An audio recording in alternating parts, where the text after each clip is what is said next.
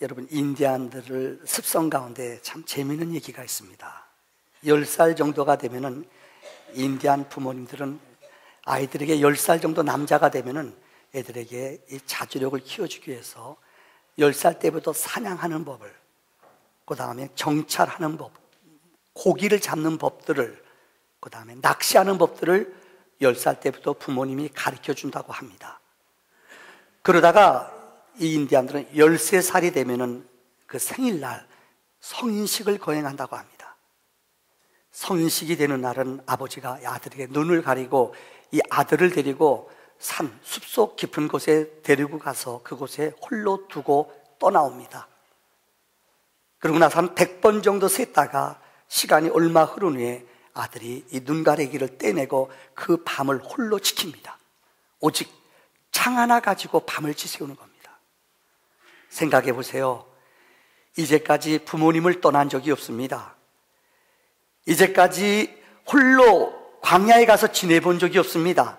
13살 자기 생일 되는 날, 바로 그날에 부모님은 이 아들을 데리고 가서 광야에다, 숲속에다가 혼자 내놓습니다. 그날 밤 생각해 보세요. 그 바람 소리도 그에게 작게 들릴 겁니다. 이뿐만이 아닙니다.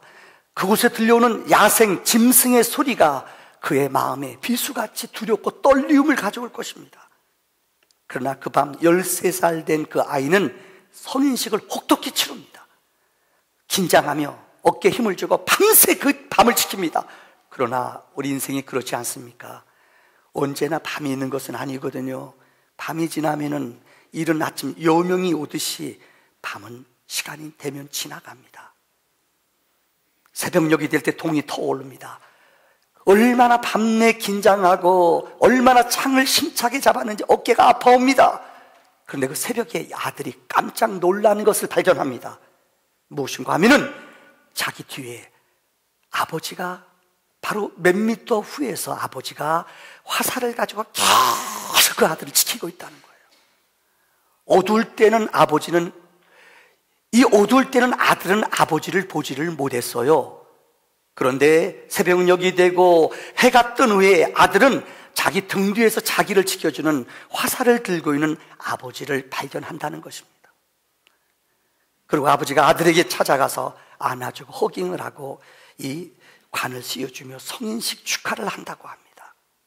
참 독특하기도 합니다만은 이렇게 성인식 된다는 것, 이렇게 해서 어른이 된다는 것, 이것은 육적으로 영적으로 자라나는 길일 것입니다. 여러분, 우리가 알다시피 그 아들은 혼자 있는 것 같았습니다만은 혼자 있는 게 아닙니다. 그 배후에는 아버지가 그 곁에서 그를 지켜주었다는 것입니다.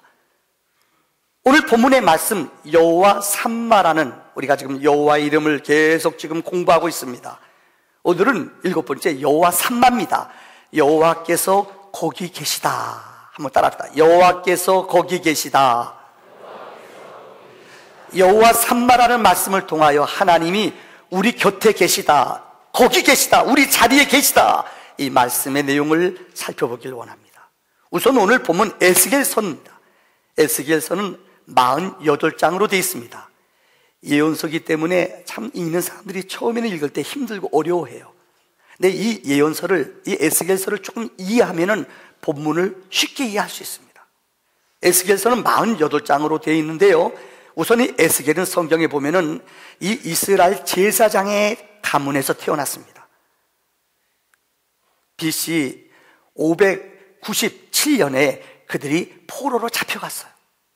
1차 포로로 잡혀갈 때에 10,000명의 이스라엘의 지도자들, 귀족의 자녀들이 끌려갔습니다. 에스겔은 1차 바벨론 포로로 잡혀갈 때 끌려간 사람이 누구냐? 에스겔이었습니다. 포로로 끌려갔어요. 그는 포로로 가 있는 동안에 10년 후에 586년에 이스라엘 나라가, 이 남쪽 유다가 바벨론이란 나라에 의해서 완전히 멸망을 당합니다. 그리고 성전이 완전히 무너질 뿐만 아니라 하나님의 성전의 기구들을, 느부갓네살왕이 하나님의 거룩한 성소에 있는 성전 기구들을 뺏어 가져와서 술잔으로 써버려요. 이스라엘의 자존심을 무너뜨릴 뿐만 아니라 성전이 무너지고 하나님의 성전의 기구들이 술잔으로 쓰이는 이런 비극의 역사를 맞이해요. 나라도 잊어버렸어요. 이제는요. 또 슬픈 것은 그가 얻었던 그의 아내가 그가 포로로 잡혀가 있는 동안에 죽임을 당해요. 한마디로 에스겔에게는 나라도 뺏기고 포로로 잡혀오고 성전도 무너지고 자기 아내도 죽은 어느 것 하나 소망이 없는 인생으로 말하면 바닥치는 인생의 삶이 오늘 본문의 에스겔의 삶이었습니다. 그런데 하나님이 그에게 환상을 통하여 에스겔서를 쓰게 하셨습니다. 에스겔의 내용은 크게 두 단락으로 나뉘어지고 있습니다. 첫째는 1장부터 32장까지는 하나님을 떠난 이스라엘 백성들의 비극의 삶을 그리고 있습니다. 하나님 없이 살아가는 삶, 하나님 멀리한 삶, 이게 1장부터 32장까지의 내용입니다. 두 번째는 33장부터 마지막 48장까지 하나님의 회복의 역사. 우리가 예언서를 읽다 보면 예언서의 공통 구조가 나와요. 대부분 첫 구절은 앞 대목은 하나님의 책망과 하나님을 떠난 이스라엘 백성들을 향한 무서운 진노가 나타나요. 전반부에는요. 그런데 후반부에는 꼭 하나님이 그들을 회복시키는 역사가 나타납니다. 자, 첫째, 오늘 1장에서부터 32장까지의 내용은 하나님을 떠난 이스라엘의 모습이 그려져 있습니다. 한마디로 표현하자면 이 본문을 요약하자면 여러분 에스겔 8장, 10장에 나오는 내용이에요. 그들은 우상을 섬겨요. 하나님을 섬기지 않고 자기네들의 신, 이방 신들을 섬겨요. 성경에 하나님이 가장 싫어하는 것이 하나님 외에 다른 것들을 의지하며 그들 앞에 절하는 것이에요. 우상을 하나님 없이 살아요. 두 번째, 그 에스겔 16장 이후에 나오는 내용이에요. 그들의 내면적인 삶은 한마디로 음란한 삶이에요. 육적으로 쾌락을 즐거워하며 정말로 가정이 무너지고 음란한 이런 악한 악녀와 더불어 살기를 주저해요. 어느 시대나 어느 역사나 성경을 보면은 그들이 타락할 때 모습들은 이 음란의 문화가 많아요. 지금 우리 한국 사회에 어떤 것보다 제일 지금 무섭고 두려운 게 뭔지 알아요? 몇 년 전부터 우리 한국 사회에 음란의 문화가 들어와서 가정을 파괴하고 그 다음에 우리 젊은이들의 영혼을 좀먹어요. 육체를 함부로 사용해버리고 말아요. 사실이 아니길 바랍니다만은 음악하는 데라든가 아니면 여러분 놀러가는 춤추는 장소 가면 거의가 대부분 1차, 2차, 3차 이 육체적인 쾌락까지 가요. 이게 에스겔서에 나타난 그 당시 이스라엘 사람들의 모습이에요. 하나님 없는 사람들의 모습이 그렇습니다. 여러분, 성경은 이런 사람을 뭐라고 표현하는가? 로마서 1장 24절에 보면은 하나님은 하나님을 떠난 우상을 섬기며 자기 쾌락대로 살아가는 사람을 뭐라고 말씀하셨느냐? 내버려 두사라고 말하고 있어요. 이 땅에 이거보다는 더 무서운 심판이 없어요. 하나님이 맨 처음엔 계속 우리를 끌어당겨 이렇게 살지 말아라, 이렇게 살지 마라. 하도 우리가 우리 마음대로 살아가니까 하나님이 내어버려 두셨다는 거예요. 이제는 타치하지 않아요. 하나님과 관계하지 않아요. 내어버려 두사의 인생, 이건 비극적인 인생이에요. 사사기에는 이런 인생을 뭐라고 말했는가? 내 소견대로, 내 생각대로 사는 거예요. 하나님 중심이 아니라 보이는 쾌락과 육체적인 향락을 향하여 살아가는 사람, 내 생각, 내 마음대로 사는 사람, 이걸 소견대로 살아간다고 말해요. 누가복음 15장에서는 이런 사람을 뭐라고 말했느냐? 돌아온 탕자라고 그래요. 아들 둘이 있지 않습니까? 둘째 아들이 어떻게 하든지 아버지 살아있을 때에 자기 분깃을 가지고 가서 세상에 가서 지 마음대로 살기를 원해요. 아버지는 아들이 어떤지 알아요. 아들아, 안 된다. 아니야, 그렇게 살면 안 돼. 안 돼. 계속 아버지한테 돈을 달라고 그래요. 아버지가 줬어요. 아니나 다를까 이 돈 받자마자 세상 쪽에 나가 살아요. 얼마 안 지나서 뭐 몇 개월도 안 지났을 거예요. 쾌락에 향락에 여자에 빠져서 자기 재산 다 탕진해버리고 말았어. 성경은 이런 사람을 하나님 없는 사람이라고 성경은 말하고 있어. 특별히 오늘 에스겔 2장 4절에 이 본문은 우리를 이렇게 말하고 있어요. 2장 4절 보세요. 다 같이 읽어봅시다. 다 같이 읽어봅시다. 시작. 이 자손은 얼굴이 뻔뻔하고 마음이, 여러분, 이 사람들은 얼굴이 뻔뻔하고 마음이 굳은 자예요. 1장부터 32장까지 나오는 내용을 한마디로 표현하자면 저들은 마음이 굳었어요. 은혜 받지 못해요. 마음이 강팍해요. 마음이 무디어져 있어요. 영적으로. 문둥병이 왜 무섭습니까? 한센병이 왜 무섭습니까? 처음에는 몰라요. 네 문둥병 걸리면, 이 한센병 걸리면 아세요. 마비가 돼요. 아픈 것도 몰라요. 이게 무서운 병이라는 거예요. 처음에는 양심의 가책을 받아요. 처음에는 한두 번은 받아요. 근데 자꾸만 내 양심이, 내 영혼이 미혹되고 어두운 짓을 하면은 내 양심이 마비가 돼서 감동을 안 받아요. 병든 영혼이라는 거예요. 이게 뭐냐? 마음이 굳은 자예요. 사무엘상 4장에 보면은 엘리라는 사람이 나옵니다. 성경에 엘리는 98세까지 살았어요. 성경은 용서하세요. 오래 산 것이 복이 아니에요.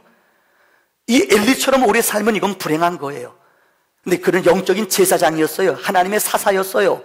근데 자기 영적인 두 아들 홈니와 비느하스라는 이 아들을 영적으로 교육시키지 못했어요.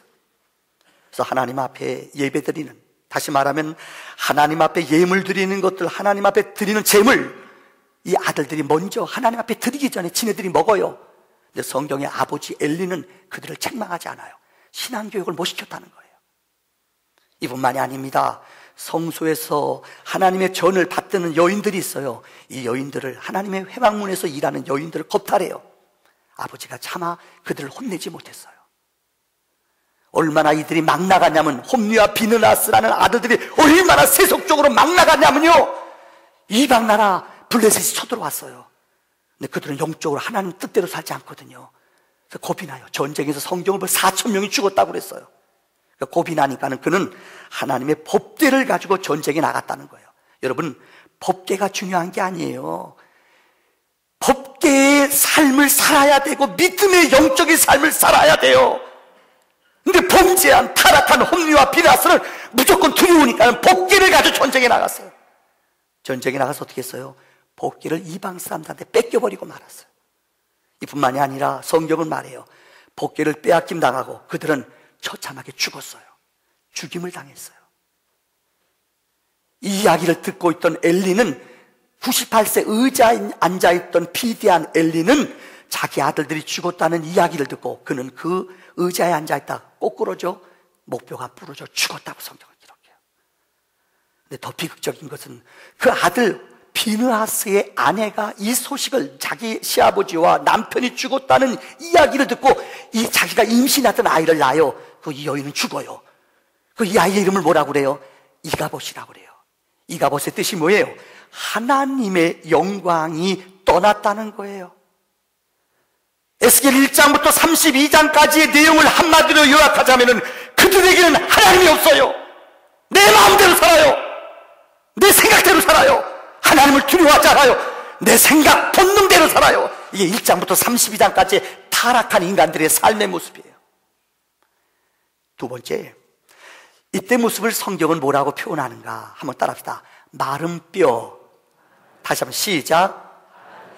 1장부터 32장까지의 내용을 한마디 단어로 표현하자면 마른 뼈예요. 송장이에요. 송장. 생명이 없어요.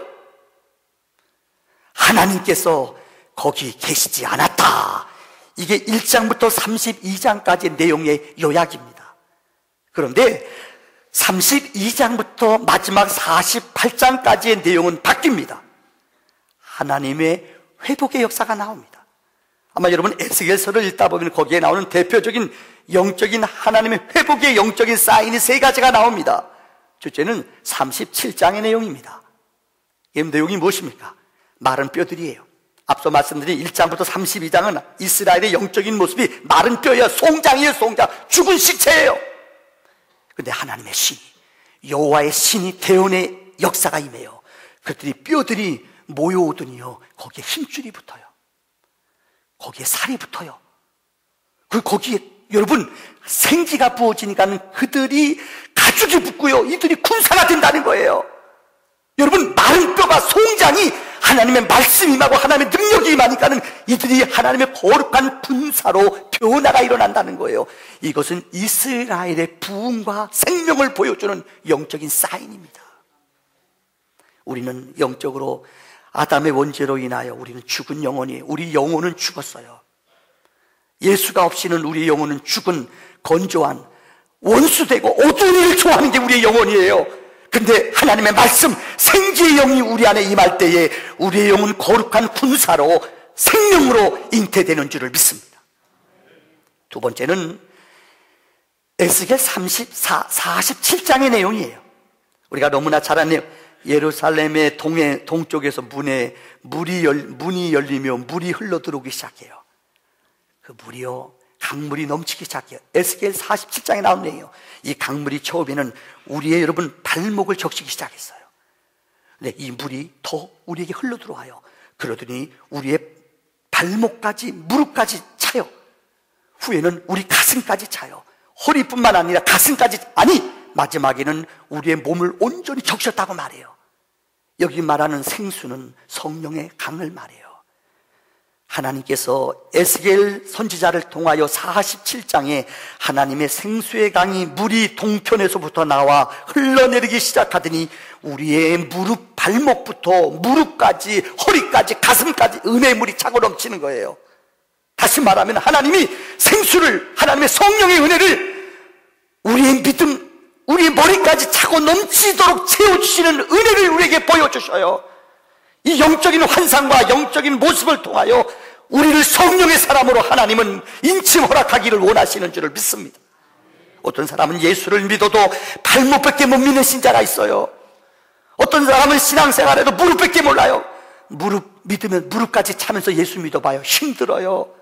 아니 허리까지 차봐요. 못 움직여요. 내 몸을요. 예수 믿는 것도 아니고 안 믿는 것도 아니고 세속, 그 다음에 거룩한 것 왔다 갔다 하는 사람, 성과 속을 왔다 갔다 하는 사람, 이게 바로 허리신자예요. 영적인 믿음의 삶은 온전히 은혜의 강 앞에 내 자신을 맡기며 수용하는 사람이 내 자신을 물속에 온전히 맡길 때에 자유함을 얻는 것처럼 내 영혼을 하나님의 능력과 은혜의 강 앞에 온전히 나를 맡길 때에 자유함이 있는 줄을 믿습니다. 너희가 내 말에 거하면 참 내 제자가 되고 진리를 알지니 진리가 너희를 어떻게 해요? 자유케 해요. 복음의 진리는 우리를 생수의 강 안에 온전히 맡기는 것입니다.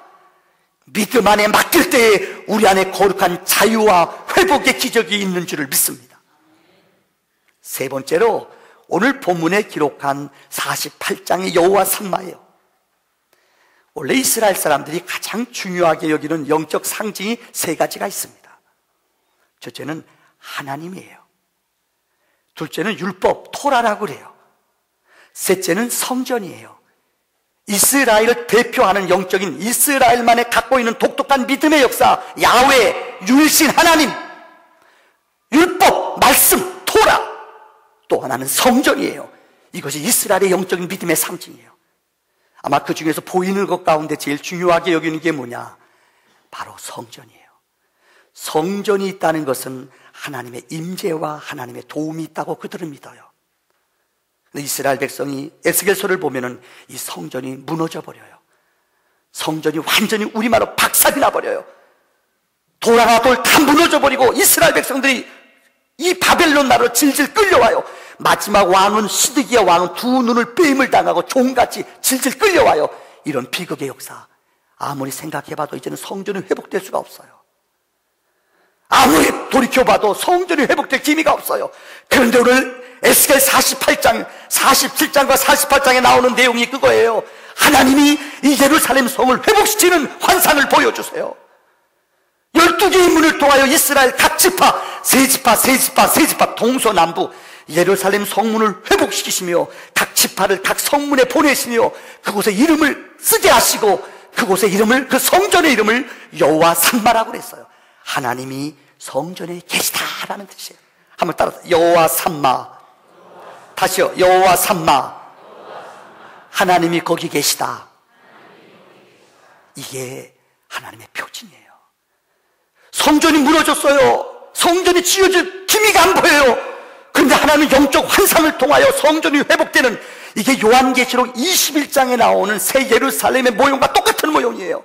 하나님이 그들에게 성전을 회복시키시며 너희를 그 땅에 거할 것을 보여주시며 하나님의 회복과 하나님의 거룩한 약속을 보여주는 징표가 48장의 내용이에요. 믿음은 그렇습니다. 온전히 하나님 앞에 우리 삶을 온전히 맡길 때 기적이 일어나는 거예요. 혹시 여러분 유기성 목사님이랑 우리 군목 후배예요. 아마 선한 목자 교회라고 여러분 아실 겁니다. 이분은 3대째 집안이 목사님 집안이에요. 이분이 간증 가운데 이런 얘기가 있어요. 이 사모님이 종교 감리교회 분들은 알 거예요. 저 종로에 가면은 아마 종로에 가면 저쪽 광화문 앞에 종교교회라고 있어요. 아마 전통적인 감리교 중에 손에 꼽는 오래된 교회예요. 근데 그 사모님이, 그 유기성 목사님 사모님이 그 교회 목사님 따님이에요. 근데 참 세상에 그럴 일이, 아버지 이름이, 그 사모님 아버님 이름이 박신원 목사님이세요. 근데 이분이 45살 되던 해 그 교회 목회한 지 1년 만에 간암으로 돌아가셨어요. 옛날엔 그런 분들 많았어요. 45살의 젊은 나이에 종교교회 목사님 됐으면 대단한 거거든요. 근데 1년 목회하다가 간암으로 돌아가셨어요. 근데 애들이 넷이래요. 애들이 넷. 와, 생각해봐. 넷인데 어떻게 하겠어요? 근데 교회는 그렇잖아. 몇 개월 동안 살게 하시다가 후임자가 오니까 목사님 집 비워야 되잖아요. 나가야 돼요. 어떻게 해야 돼요? 근데 교회에서 당회에서 결정을 하고 뭐 사례를 얼마 1년 동안 이렇게 계산해가지고 이 봉투에 담아서 목사님 드렸어요. 죄송하다고. 목사님, 사모님 죄송하다. 목사님 돌아가셨는데 사모님 힘들지만 이거 가지고 나가시라고. 야, 후임자가 내일 이사 오는데 그 봉투를 받았는데 얼마인지 그렇잖아요, 여러분. 뭐 이거 가지고 어떻게 지내요? 애들 4명을 어떻게 키워요, 사실은요. 근데 사모님이, 이 박신원 목사님 사모님이 기도하는 가운데 성령이 감동을 주더래요. 그래서 이 봉투를 열어보지도 않고 통째로 하나님께서 너의 삶을 책임질 것이니 내게 맡겨라. 그런 감동이 오더래요. 그래서 그날 아침 새벽에 나와서 그 받은 봉투 열어보지도 않고 그대로 하나님 전에다가 헌금을 다 해버렸대요. 그리고 시골로 내려갔대요. 그 다음 얘기예요. 여러분, 하나님이 그 삶을 책임져 줬을까요? 안 줬을까요? 책임지셨어요. 정말 전폭적으로 사람을 인간의 방법으로 이 내 아이를 어떻게 키울 수 있어요? 핏덩이 같은 아이를. 근데 그 딸이, 큰딸이 유기성 목사님과 나중에 결혼했어요. 그 어머니 기도, 영적인 그 믿음의 분기세 역사가 이 가정, 그 네 자녀들이 하나님이 책임져 주시고 길러주시는데 기적과 같은 삶이 이루어졌대요. 제가 이 얘기를 왜 드리는 줄 알아요? 회복은 하나님이 시키시는 거예요. 아무리 우리가 힘으로 능으로 애써도 우리가 애쓰는 것은 한계가 있어요. 에스겔서에 나오는 33장부터 마지막까지 나오는 마른 뼈들이 모여서 하나님의 군사가 되어 생수의 강에 하나님의 물이 넘쳐요. 물은 내가 주는 게 아니에요. 물의 근원은 예수예요. 생수의 근원은 예수예요. 여러분, 하나님이 성전을 회복시키는 우리 힘으로 안 돼요. 아무리 힘쓰고 애써도 인간은 한계가 있어요. 전능자 여호와의 능력과 약속 앞에 우리의 삶을 맡길 때에 하나님 우리의 인생을 책임지는 줄을 믿습니다. 마지막 결론 세 번째입니다. 우리 곁에 계신 하나님이에요. 한번 따라합시다. 시작. 앞서 말씀드린 것처럼 여호와 샬롬, 여호와 삼마라는 말은 우리 곁에 계신, 우리 곁에서 보시는 하나님이라는 뜻이에요. 우리가 요즘 여호와 이름을 가지고 설교합니다. 여러분, 제가 이름 되면 여러분 한번 이름을 맞춰보십시오. 여호와 이레, 하나님이 예비하셨다. 여호와 라파, 하나님이 치료하셨다. 여호와 니시, 승리 주셨다. 우리가 지금 계속 여호와 이름을 배워요. 근데 여러분, 성경을 보면은 이 창세기 22장에 나오는 여호와 이레, 100세 때 낳은 아들 이삭을 하나님이 드리라고 그랬잖아요. 근데 아브라함 주신 이도 하나님, 데려가신 이도 하나님, 100세 때 낳은 아들을 모리아산에 가서 그를 죽이려는 순간 하나님이 뒤에서 말씀하세요. 하나님이 계셨어요. 모세야, 아브라함아, 너의 믿음을 내가 보았다. 내 시험에 합격했다. 네 뒤를 봐라. 뒤를 봤더니 뭐가 있어요? 순양이 있었잖아요. 그 위험한 자기 아들을 드리는 순간에도 하나님은 우리 곁에 계신 줄을 믿습니다. 출애굽기 15장에 여호와 라파, 이스라엘 백성이 광야 생활해요. 쓴물 먹을 수가 없어요. 이 물이요. 너무 목마라 며칠 동안 먹지 못해서 백성들이 여러분 목마름 속에 불평하고 원망해요. 근데 물이 나타났어요. 먹었더니 쓴물이에요. 어떤 인간 손발의 힘으로도 쓴물을 바꿀 수 없어요. 하나님이 모세에게 말씀해요. 모세야, 너 저기 있는 나무가지를 가지고 물에다 던져라. 그 나무가지, 이거는 예수의 십자가를 말해요. 이 나무를 들어서 물속에 이 쓴물에 던졌더니 단물로 변했어요. 인생의 광야생활, 어려운 인생 삶 속에 고통과 어려움이 있을 때에 아세요? 우리 곁에서 우리에게 나무를 가르쳐주는 분이 있어요. 내가 아니에요. 누구요? 하나님이 우리 곁에 계신 줄을 믿습니다. 여호수아, 여러분 출애굽기 17장 보세요.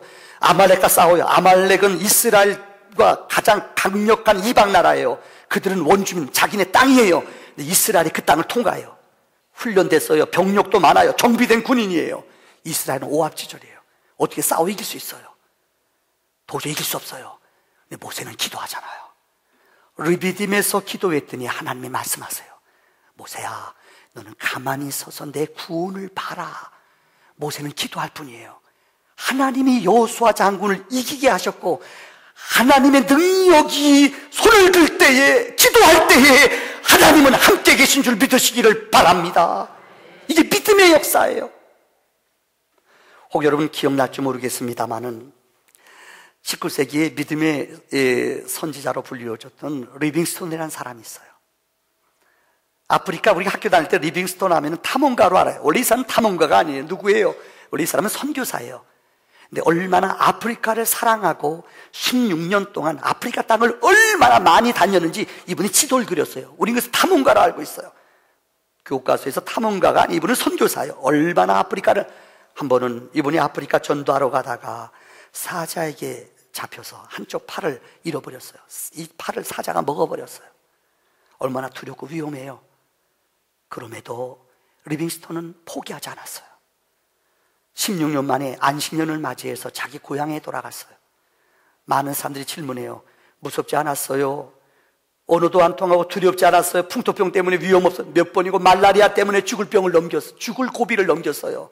그때 그분이 남긴 유명한 말이 있어요. 성경 마태복음 28장 20절 마지막 예수님이 이 땅을 떠나면서 주신 말씀이에요. 볼지어다 내가 세상 끝날까지 너희와 함께 있을지어다. 이 말씀이 나를 지켰다는 거예요. 이 말씀이 나를 지켰다는 거예요. 오늘 제가 이 얘기하고 설교를 마칠게요. 좋은 글이라는 곳에 나오는 내용이에요. 우리나라에서 몇 년 전에 있었던 일입니다. 어느 직장을 다니는 부부가 있었습니다. 열심히 살아가는데 한 번은 이 직장 다니는 부부, 애들도 잘, 두 아이 남매를 잘 키우는데 어느 날 아내가 직장 가려고 아침에 일어났는데 오른쪽 눈이 마비가 되더래요. 그래서 왜 그런가 하도 이상해서 병원에 갔더니 이게 후천적으로 시력장애예요. 눈이 안 보이는 거예요. 너무나 청천벽력 같아요. 앞으로 눈이 점점 안 보인대요. 의사 말과 같이 3개월 만에 이 눈이 안 보여요. 근데 한 6개월 지났더니 이제는 이게 전이가 돼서 왼쪽까지도 눈이 마비가 돼요. 이 병을 안 지 1년 만에 이 부인은 왼쪽 오른쪽 두 눈을 다 실명하게 됐어요. 요즘은 우리 현대 장애자는 선천적인 장애자보다 후천적인 장애자들이 많아요. 사고 때문에, 우리가 알지 못하는 병 때문에, 병균 때문에 후천적으로 장애 걸리는 분이 많아요. 이분은 후천적 장애예요. 후천적 장애자는 힘들어요. 선천적으로 처음부터 안 보시는 분들은 그냥 이 앞으로 걸어가지만은 왜요? 본 것이었기 때문에 하나님이 주신 촉각, 청각 뛰어나요. 근데 이방 세상을 한번 봤던 사람은 나중에 후천적으로 장애가 되면은 정말 불편해요. 이유는 내가 봤던, 내가 알았던 거리, 내가 알았던 관념, 이거 버린다는 게 보통 어려운 게 아니래요. 몇 번 더 넘어지고 고통을 많이 당해요. 이분은 후천적이에요. 얼마나 힘들어요. 그런데 이분이 앞을 보지 못하는데 얼마나 힘이 들어요. 그런데 너무나 고마운, 우리나라 요새, 우리나라도 그렇거든요. 복지가 점점 돼가면서 어느 회사나 어느 직장이나 장애자들을 몇 % 써야 돼요. 이분은 실명인데 이 전화하는 거였나 봐요. 그러니까 전문직이기 때문에 앞은 보지 못하지만은 전화를 할 수 있거든요. 그래서 이분을 그 회사에서 공무원이기 때문에 취직을 시켜준 거예요. 나갔어요. 남편이 절망하고 집에서 실망했던 아내를 아침 출근할 때 같이 데리고 가서 직장에다 데려다 주고 올 때 문 앞에서 데리고 오고 2년 동안 열심히 했어요. 그런데 어느 날 남편이 2년 동안 열심히 직장 다녔던 아내에게 이렇게 말했대요. 여보, 이제는 당신 혼자다녀. 왜? 내가 도저히 바빠서 당신 도와줄 수가 없어. 이 부인이 좌절하는 거예요. 이 남자가 혹시 딴짓하는 거 아닌가? 이 남자가 왜 그래? 여러분, 너무너무 이 아내가 좌절하는 거예요. 실망하는 거예요. 그런데 진짜 안 도와주는 거예요. 이 여자가, 여러분, 남편 손잡고 항상 가다 남편이 없으니까 가다 엎어지기도 하고 자빠지기도 하지요. 이 여자가 자살하려고 그래요. 남편도 나를 이제 버렸나 봐. 나도 누구도 나를 돌보는 사람이 없어. 이 여자가 진짜 자살하려고 그래요. 그날 출근하고 돌아오는데 통근버스 타고 내려오는데 내려오다가 또 헛발 뒤져서 콱 엎어졌어요. 그런데 그 통근버스를 운전하던 운전기사가 이런 말을 하더래요. 아주머니는 참 행복하겠어요. 왜요? 모르세요? 아주머니 늘 곁에요. 어느 멋진 아저씨가 항상 곁에 지키고 있는 거 아세요? 그게 무슨 말이에요? 아주머니 진짜 몰랐어요? 자기 남편이요. 이 아내를 혼자 보내놓고 나서 늘 곁에 내릴 때까지, 또 내려서 직장 들어갈 때까지, 입구 들어갈 때 남편이 옆에서 도와주지 않아요. 왜요? 인생이 그렇잖아요. 남자가 오래 살아요? 여자가 오래 살아요? 여자가 오래 살잖아요. 그러니까 남자가 아무리 생각해도 이 여자에게, 아내에게 홀로서기를 시켜야 될 것 같아요. 내가 도와주는 거 언제까지 내가 도와줄 수 있어요? 내가 곁에서 언제까지 지켜줄 수 있어요? 그래서 이 남편이 결정한 거예요. 이 아내를 홀로서기 하자. 어느 때는 몇 번이고 울면서 이를 악물고 참아요. 엎어지고 자빠지고 못 일어나요. 그래도 남편은 그 곁에서 흐느끼면서 안 와요. 이것을 얘기해 줬어요. 아내가 그제서야 알았어요. 우리 남편이 내 곁에서 저렇게 지켜주는구나. 제가 얼마 전에 설교할 때 그 얘기했죠. 제 초등학교 때 우리 반에 몸이 불편한 아이가 있었어요. 내성 지체아이예요. 근데 엄마가요, 이 아이가 학교 들어올 때 절대 교문 안에는 안 들어와요. 가방 들고 와서 혼자 들게 해요. 그럼 직구준 애들이 알아요. 발 걸어서 그 아이 엎어뜨려요. 못된 아이는 그 아이한테 가방 들고 오게 해요. 근데 엄마는 절대 안 들어와요. 그 뒤에서 넉넉히 지켜봐요. 난 지금도 못 잊어요. 엄마가 연필 사가지고 지우개 사가지고 때린 아이들 보거든요. 쫓아와서 야, 우리 아들하고 잘 놀아줘. 난 지금도 그 모습을 잊을 수가 없어요. 인간적으로 보면 엄마가 뛰어들어와서 이놈 새끼들 그럴 거예요. 그렇죠? 이 나쁜 놈들 그럴 거예요. 근데 엄마가 절대 안 들어와요. 보면서 그 아이들을 지켜봐요. 그러나 그 어머니가 걔를 영원히 못 지켜줍니다. 여러분, 우리가 힘들고 낭망할 때 우리 곁에서 우리를 보시는 분이 계셔요. 하나님이에요. 여호와 삼마의 하나님은 영원히 우리를 붙잡아 주시는 능력의 하나님이신 줄을